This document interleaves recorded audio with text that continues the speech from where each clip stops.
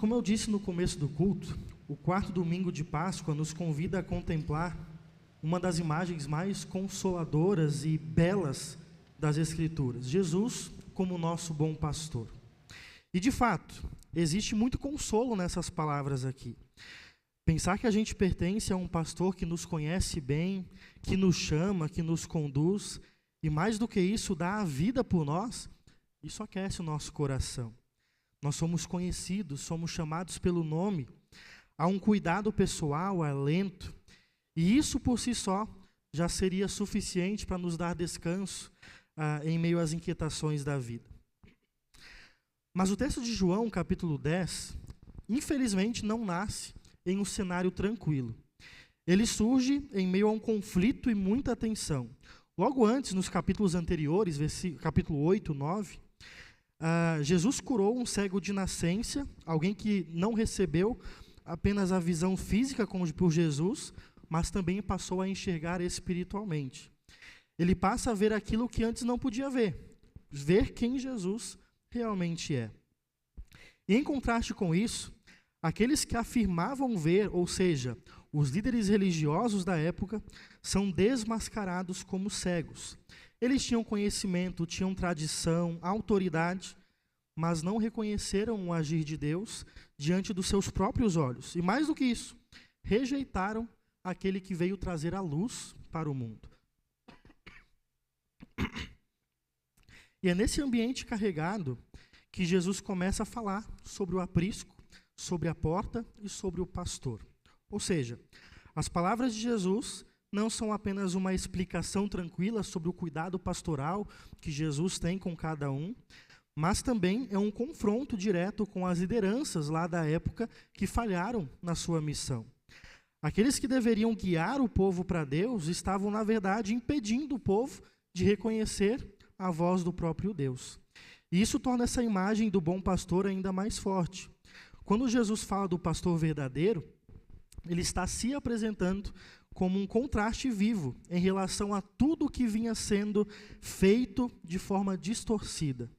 Enquanto outros confundem, oprimem, afastam as pessoas, Jesus vem ali para esclarecer, para libertar e para reunir as ovelhas de novo ao seu aprisco. Ou seja, Jesus nos traz uma afirmação até que provocadora.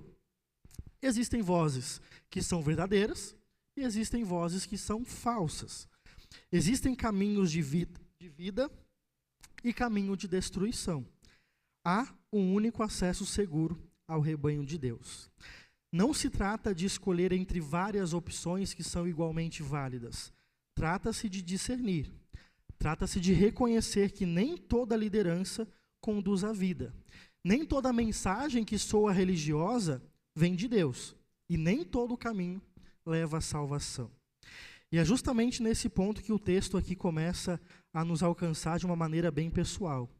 Porque não estamos apenas ouvindo aqui uma história sobre o passado, o que aconteceu lá no passado, mas estamos sendo colocados diante da mesma realidade que existia lá no passado.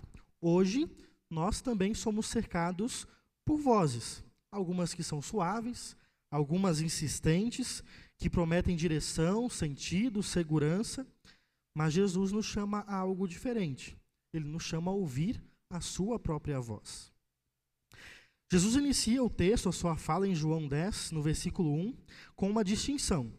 Existem aqueles que entram pela porta e existem aqueles que tentam entrar por outro caminho.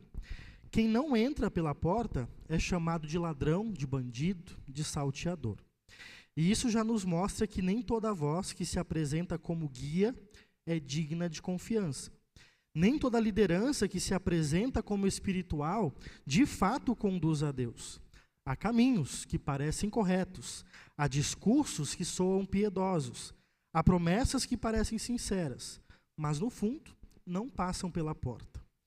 E isso é importante nós sabermos, porque a porta não é um conceito, um sistema ou uma mera tradição religiosa. A porta é o próprio Cristo, é o próprio Jesus Cristo. Portanto, tudo aquilo que ignora Jesus, tudo aquilo que substitui Jesus ou que tenta contornar Cristo, por mais convincente que pareça, não conduz à vida. Pode até impressionar, pode até atrair, mas não salva.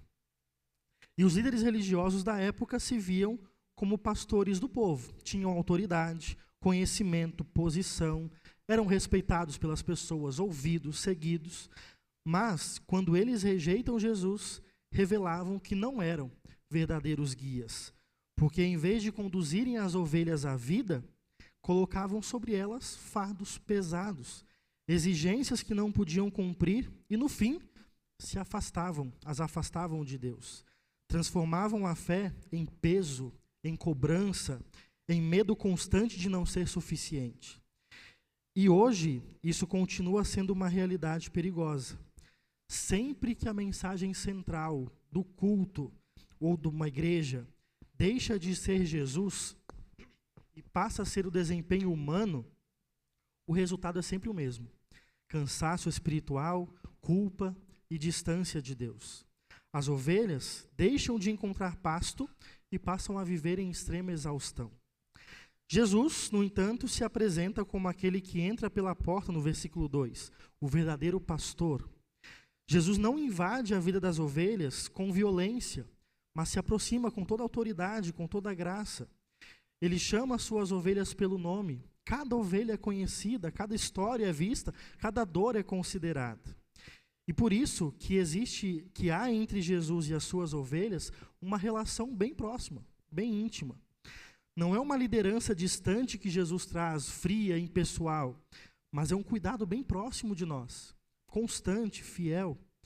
E as ovelhas respondem a esse cuidado de Jesus não por obrigação, não por medo, mas porque reconheceram a voz verdadeira. Há algo na voz de Jesus que ressoa no coração daquele que pertence a Ele. É uma familiaridade construída não pela imposição, mas pelo encontro de Jesus com cada um de nós. Portanto, a fé cristã é, em primeiro lugar, reconhecer uma voz. Antes de ser um conjunto de práticas, é uma relação com Jesus. Antes de ser um sistema, é um chamado. E essa é uma das marcas mais profundas do povo de Deus: reconhecer a voz de Jesus. Não significa que nunca haverá dúvidas ou dificuldades, mas significa que, em meio ao ruído de tantas outras vozes, existe um discernimento que o próprio Cristo produz em cada um de nós. Porque, meus amados, ainda hoje vivemos cercados por muitas vozes.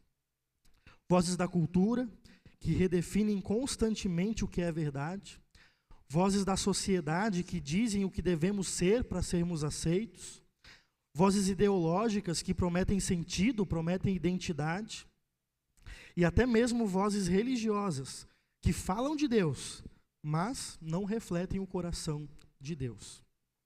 E diante de tudo isso, a voz de Jesus se destaca.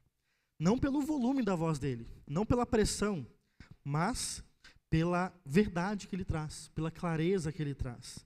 E talvez o grande desafio não seja a ausência da voz de Jesus, mas a nossa dificuldade que nós temos muitas vezes de silenciar as outras vozes para ouvir a voz de Cristo, para ouvir a voz de Jesus.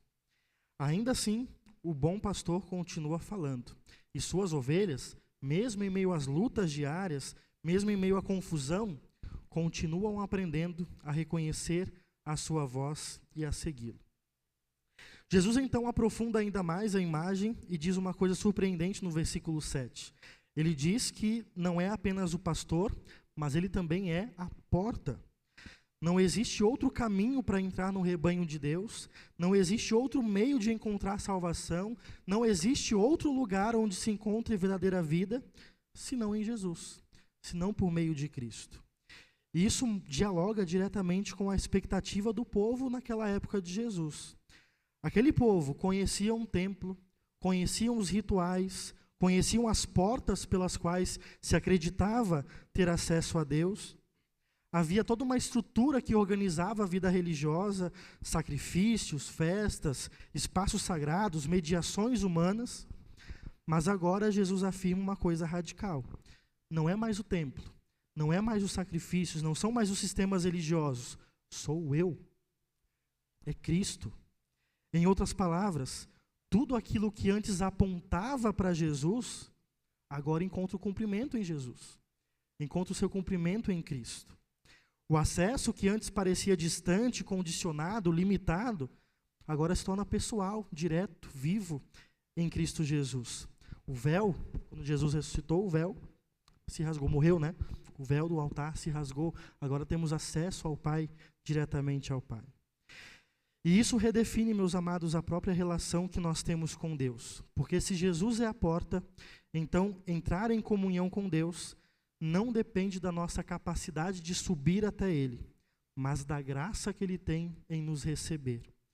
Não depende de desempenho ou mérito nosso, mas da nossa confiança, da nossa fé em Jesus Cristo.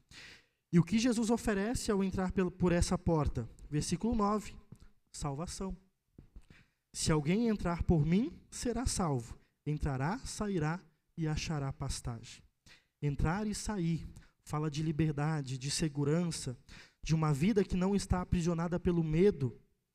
No mundo antigo, isso aqui era linguagem de paz. Poder entrar e sair sem ameaça, sem perigo, sem insegurança. E encontrar pastagem aponta para o sustento que Deus nos dá em Jesus Cristo. Sustento, cuidado contínuo. Assim, meus amados, em Jesus não estamos mais presos, mas estamos protegidos. Não estamos limitados, mas sustentados. Existe espaço para viver, existe alimento para a nossa alma, existe direção para o caminho de Jesus. Não é uma vida de escassez espiritual, mas uma vida de provisão constante. É Jesus cuidando de nós a cada dia, todos os dias. E então, no versículo 10, vem uma das declarações mais conhecidas e, ao mesmo tempo, mais profundas desse texto. Jesus diz: eu vim para que tenham vida e a tenham em abundância. E essa frase de Jesus não pode ser reduzida a uma promessa superficial de conforto ou de prosperidade. Não é isso que Jesus está falando. Eu sou cristão, então não vou ter nenhum problema mais. Não é isso que Jesus está falando nesse texto. A vida abundante que Jesus oferece é muito mais profunda do que isso. É a vida que é reconciliada com Deus, restaurada em sua essência, marcada pelo perdão, esperança, comunhão. É a vida que volta a fazer sentido porque está novamente conectada à sua fonte verdadeira, a Jesus Cristo. E essa abundância que Jesus traz não significa ausência de sofrimento, mas presença de Cristo em meio ao sofrimento. Não significa ausência de luta, mas a certeza de que a vida não vai ser vencida pela morte.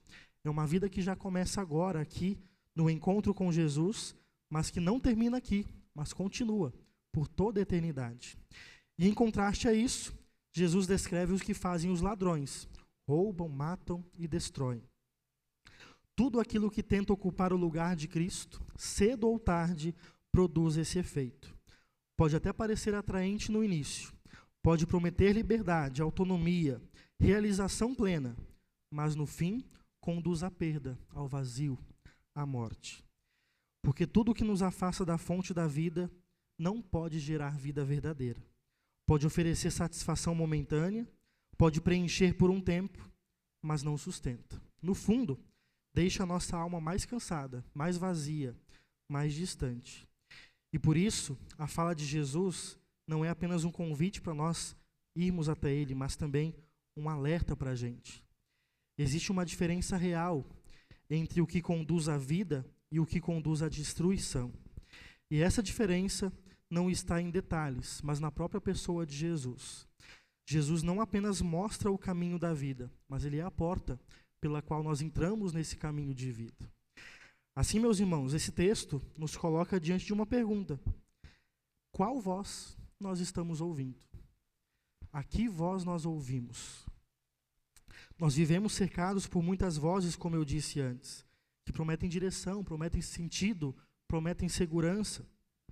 Algumas são sutis, quase imperceptíveis, se infiltram no nosso pensamento sem que percebamos. Outras são barulhentas, insistentes, exigem atenção, pressionam decisões. Há vozes que dizem: você precisa provar o seu valor. Outras afirmam: siga o seu próprio caminho, custe o que custar. E até vozes religiosas que, em vez de apontar para Jesus, nos sobrecarregam com culpa e com medo. Mas nem todas as vozes conduzem à vida. Nem tudo que parece caminho, de fato leva ao destino certo. Mas Cristo, meus amados, o nosso bom pastor, ele continua falando. E essa talvez seja uma das maiores consolações que esse texto nos traz. Ele não ficou no passado. Ele não falou apenas para as pessoas lá da época dele, que estavam com ele lá na época de Jesus. Mas ele continua nos chamando hoje. Continua nos buscando, continua a se fazer ouvir. Ele nos conduz com fidelidade, mesmo quando o caminho parece incerto, mesmo quando não entendemos tudo o que está acontecendo. O bom pastor, ele nunca perde suas ovelhas de vista. Sua liderança não é baseada em conveniência, mas em amor constante. Ele não nos abandona quando a gente erra, nem se afasta quando a gente vacila. Mediante arrependimento sincero, nós temos o perdão verdadeiro de Jesus. E mais do que isso, Jesus é a porta. Nele nós temos acesso ao Pai. Nele encontramos salvação. Nele existe pasto, existe sustento, existe descanso. Não precisamos procurar em outros lugares aquilo que já nos foi dado em Jesus Cristo. Não precisamos viver como se ainda estivéssemos do lado de fora, tentando encontrar uma entrada. A porta já foi aberta e continua aberta. Por isso, a vida cristã não é, antes de tudo, um esforço para encontrar o caminho. Não é uma busca desesperada por direção, como se estivéssemos sozinhos aqui, tentando acertar tudo. É antes uma resposta à voz daquele que já nos encontrou. É seguir aquele que já nos chamou e é permanecer naquele que já nos deu vida. Que hoje, meus amados, mais uma vez, possamos reconhecer essa voz de Jesus. Mesmo em meio ao ruído, mesmo em meio às dúvidas, mesmo em meio às pressões, que nós possamos ouvir e discernir a voz do nosso pastor. E ao ouvir ele, possamos seguir com confiança. Não porque nós entendemos tudo, mas porque sabemos quem está nos conduzindo. Porque somente ele nos conduz à verdadeira vida, e vida em abundância. Uma vida que não se esgota nas circunstâncias, que não depende do momento, que não é destruída pelas dificuldades, mas que permanece, que cresce e floresce, porque está firmada em Jesus Cristo. Amém? Nos coloquemos em pé.